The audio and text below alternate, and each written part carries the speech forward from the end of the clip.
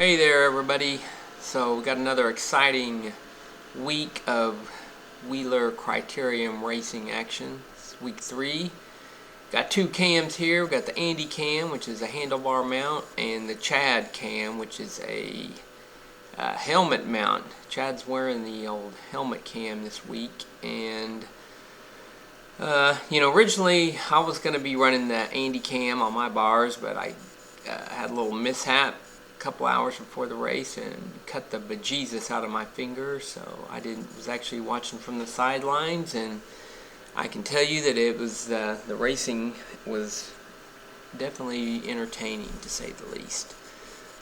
So this is the Chad cam here, helmet cam action, and I kind of just sort of tried to get whichever guy, keep the actual camera action-wise on the guy that was behind the guy that had the lead camera, if that makes any sense, sort of, kind of in a roundabout way. But anyway, we're rolling along here, first lap, and it's already pretty animated, and looks like Andy's up, 3 or 4 riders up the road there, and he's up there chasing. Looks like you got Paul there, but just ahead of him's old Daniel Larson, which he's a old Phil Guyman's first coach. Read about him in his book and stuff. So just a kind of random little tidbit there. But anyway, rolling along.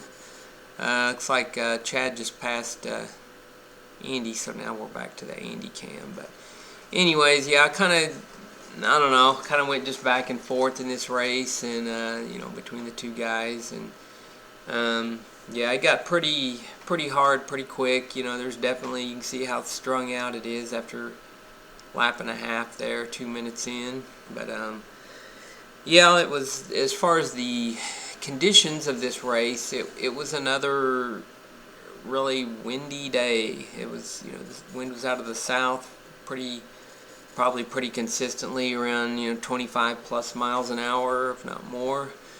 And so this part right here, it's crosswind, so you'll see everybody a lot of times getting guttered there, really close to the crowd there. And on the little map you can see, is we're making the little corner here, you're kind of heading maybe more or less straight into the wind.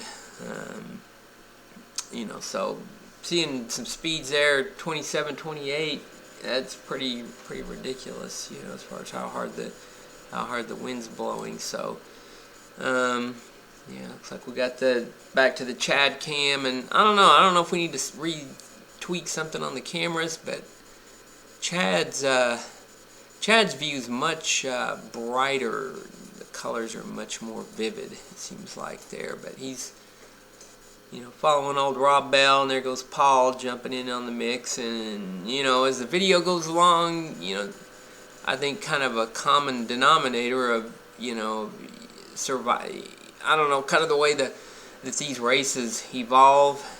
I'll get into this a bit more later, but positioning is a lot. Even if you're going to race super aggressive or not, positioning is pretty important, and it's kind of a habit that I guess you would want to get into in a real race. But one thing that's different with the Wheeler crits is, in this instance, you can see Paul there just attacked, which he's my teammate.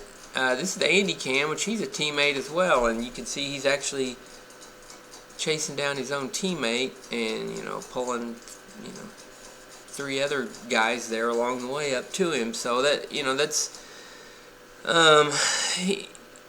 as far as, I guess, what you could consider the Wheeler crit style. It's kind of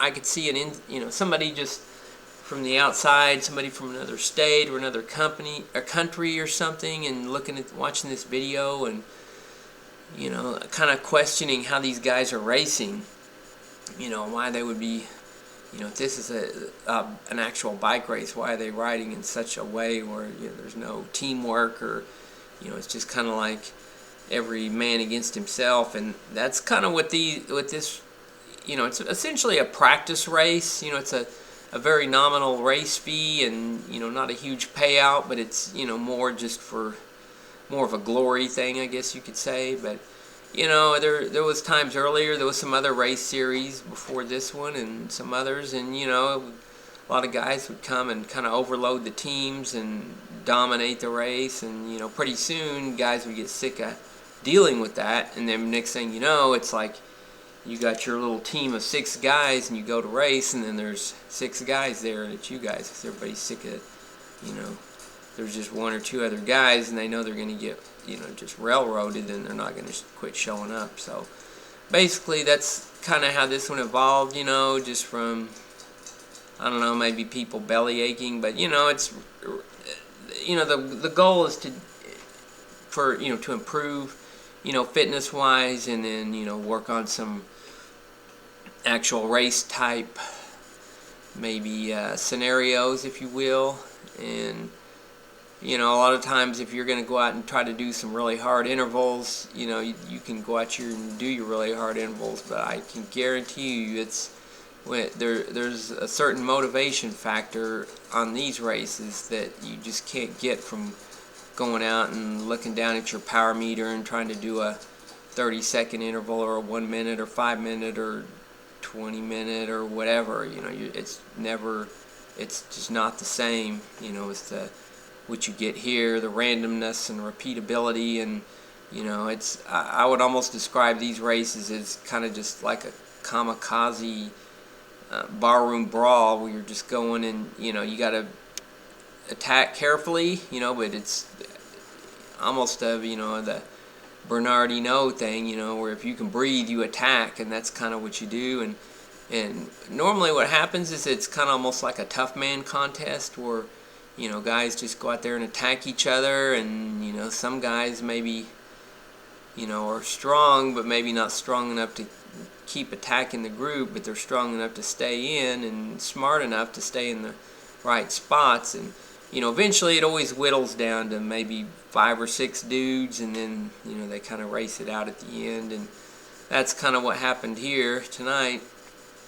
That's one of the strong dudes right there, Rob. He just put in a I've kind of skipped forward a bit here and there, and you can kind of see some of the race action, but 10 minutes in at this point, and I kind of wish we would have had a rear facing camera, because there's some carnage supreme going on in the background. I'd say between that 5 and 10 minute mark, the field had really split up.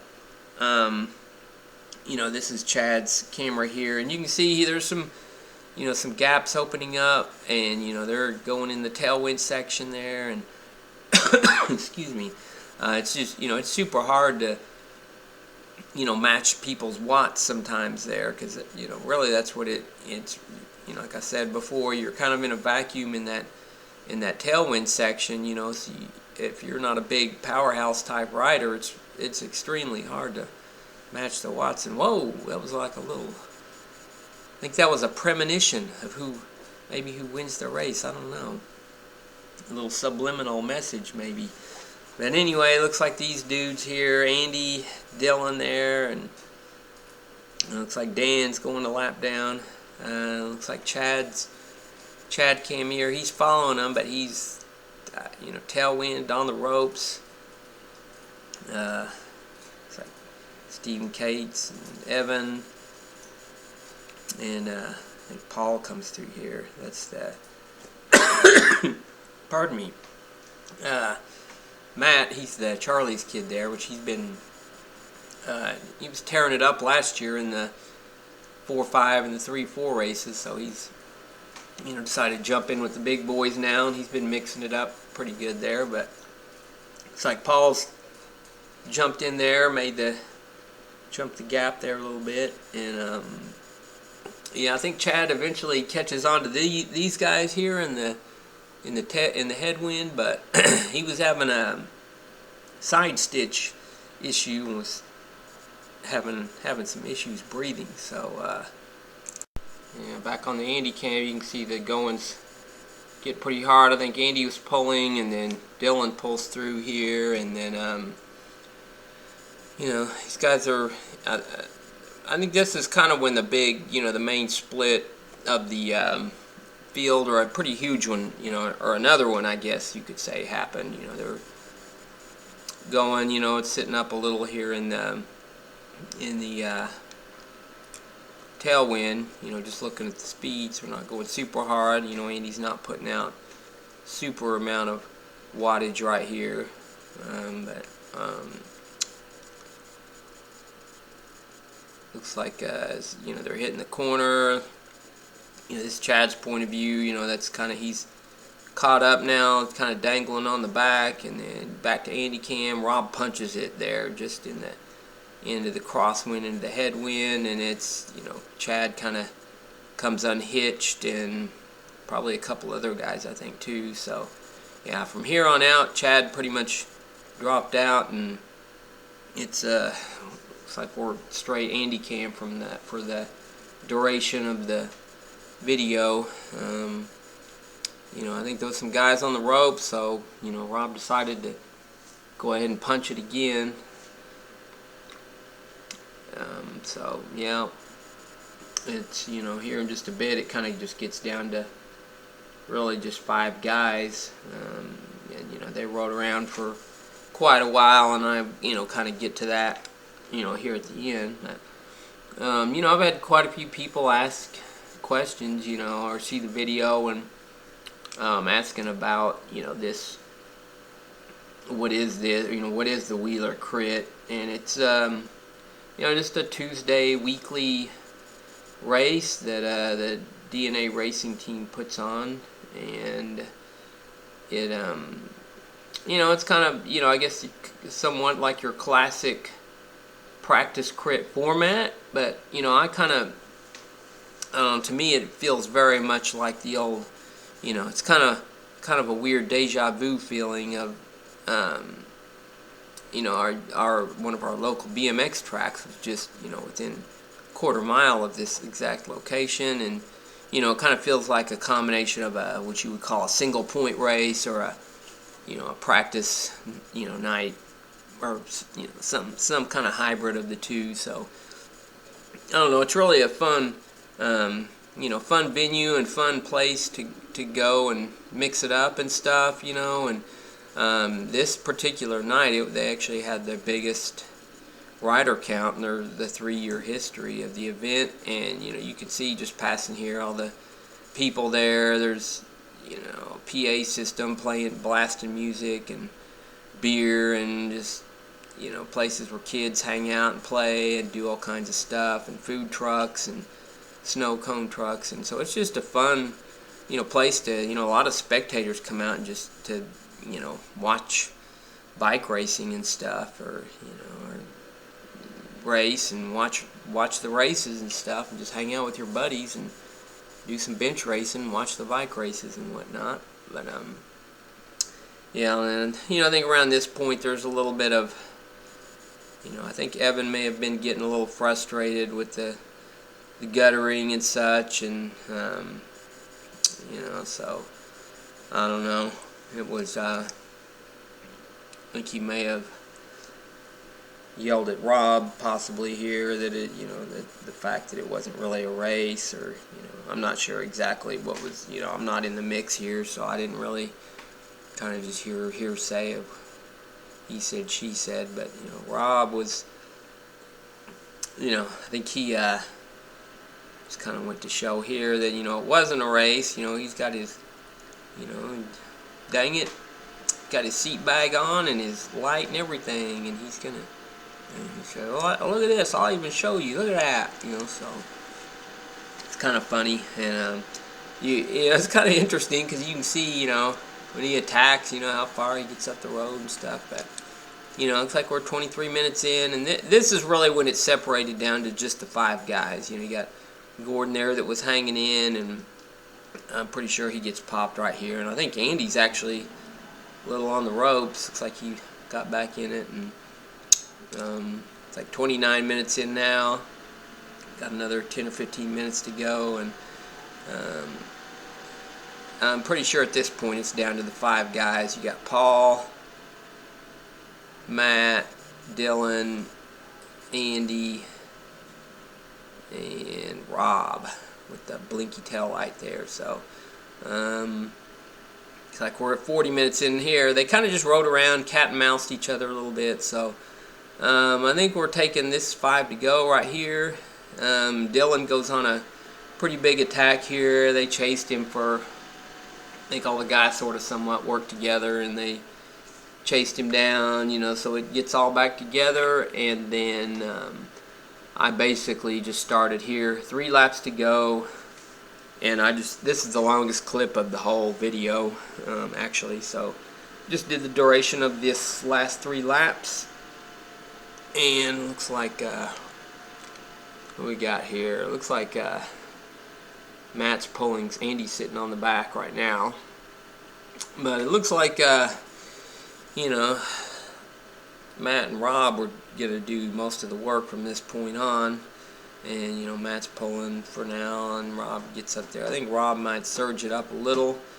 And I can see Paul and Dylan, you know, they're kind of like wanting to hang back, you know, to save the legs, get ready for the sprint. You know, if Rob could have known what was going on right here, if he would have punched it, that could have been a optimal time, you know, to, if those guys were going to hesitate just for a second longer, you know, that's all it takes. And could have been gone if they weren't all going to work together, but like Andy kind of pulled it through here. So yeah, coming up on 2 to go now. Rob looks like he punches it here just a little bit. You know, it's pretty good, you know, guttering it there, not giving everybody much. If you're going to be hard on yourself, you might as well make it hard on everybody else. So and what the guys up just in front of the group there, that's what's left of the main field. And you know, that's kind of one reason I would like to really do the rear facing cam, because there was actually quite a few guys, you know, maybe I don't know, 25ish or so in the A race, which is, you know, for the windy conditions, I think there would have been quite a few more, but I think a lot of guys just didn't want to mess with it just because the conditions were kind of not the greatest. But that's the, you know, you got Andy on the front now.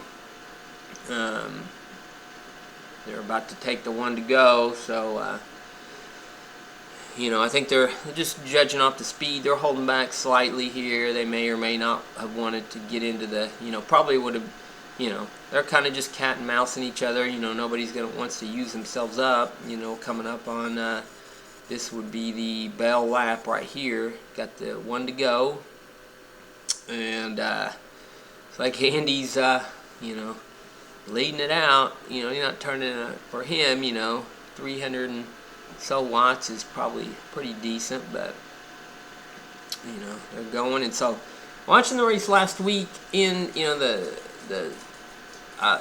I figured somebody would need to do the same move that Jacob did to win similar conditions. I was waiting to see who would do it, and boom, there goes Paul. Exact same move. Did the old question mark, inside out to the inside, had the momentum, and you know, he's an old BMXer, and you know, you can see he just, you know, they're punching it. That's Dylan there chasing him, and Paul's just getting smaller at a pretty rapid rate. I think he pretty much, Dylan, and you know, knows he's got it at that point. Last corner, and it's pretty much how they're gonna finish there. It's like Paul almost actually overcooked that corner. Looked like they were close to 40 going into the last corner. Yeah, Paul, Dylan, and Andy. That's your podium. You know, if you get in the top 3, there is a little podium presentation and some cash and prizes. And here's just a little link to the flyer. I'll put a little actual real link in the description there. But anyway, thanks for watching, and see you next week.